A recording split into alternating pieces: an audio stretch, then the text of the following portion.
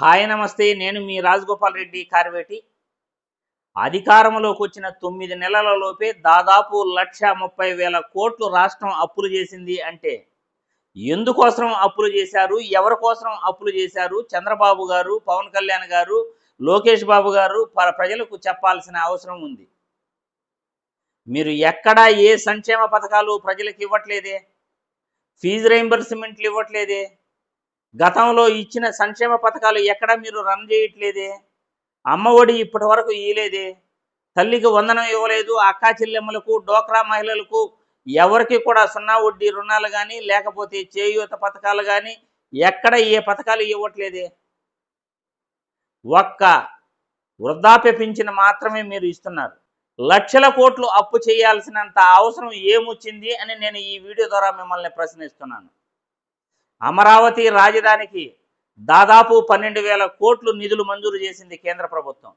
పోలవరానికి దాదాపు 13,000 కోట్లు నిధులు మంజూరు చేసింది కేంద్ర ప్రభుత్వం.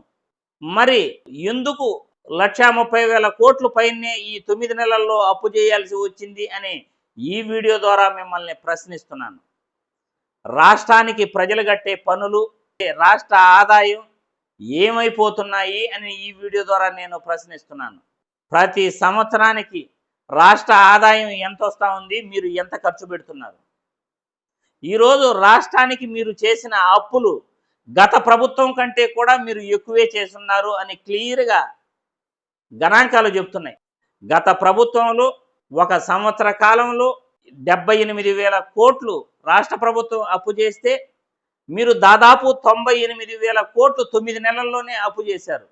ఇప్పటికీ 9 నెలలు గడుస్తుండగా దాదాపు 1,30,000 కోట్లు పైనే మీరు 9 నెలలు పూర్తయ్యే లోపల మీరు రాష్ట్ర ప్రభుత్వం అప్పు చూపిస్తూ ఉన్నారు. అంటే గత ప్రభుత్వం కన్నా కానీ ఏ సంక్షేమ పథకాలు ఇవ్వకపోయినా మీరు ఈరోజు అప్పులు చేసి రాష్ట్రాన్ని అప్పులు దిబ్బగా మార్చేశారు అని ఈ వీడియో ద్వారా చంద్రబాబు నాయుడు గారిని ప్రశ్నిస్తున్నాను. కూటమి నాయకులందరినీ కూడా ప్రశ్నిస్తున్నాను. కూటమి పార్టీలు ఆలోచించుకోవాలి. గత ప్రభుత్వం సంక్షేమ పథకాలు ఇచ్చింది, అధికారంలోకి వచ్చిన వెంటనే 27% ఐఆర్ ఉద్యోగస్తులకు ఇచ్చింది. అధికారంలోకి వచ్చిన 2 నెలల లోపు సచివాలయ ఉద్యోగులను దాదాపు 1,36,000 మందిని రిక్రూట్ చేసింది. దాదాపు 2,60,000 మంది వాలంటీర్లని రిక్రూట్ చేసింది గత ప్రభుత్వం అధికారంలోకి వచ్చిన 2-3 నెలల లోపే. ఇన్ని పనులు చేసి వాళ్ళు సంక్షేమ పథకాలు ఇచ్చి రాష్ట్రానికి సంవత్సరానికి 78,000 కోట్లు అప్పు చేస్తే మీరు సంవత్సరం తిరిగే లోపు 9 నెలలకే 1,50,000 కోట్లు వరకు అప్పులు చేసేసారంటే మీరు రాష్ట్రాన్ని అప్పులు దిబ్బగా మార్చేసి ఈ రాష్ట్రానికి చేసిన అప్పులను మీరు ఎక్కడ ఖర్చు పెట్టారు, ఏం చేశారు అని ఈ వీడియో ద్వారా నేను ప్రశ్నిస్తున్నాను. చంద్రబాబు గారు రాష్ట్ర అప్పులపై ప్రజలందరికీ సంజాయిషి ఇవ్వాల్సిన అవసరం ఉంది.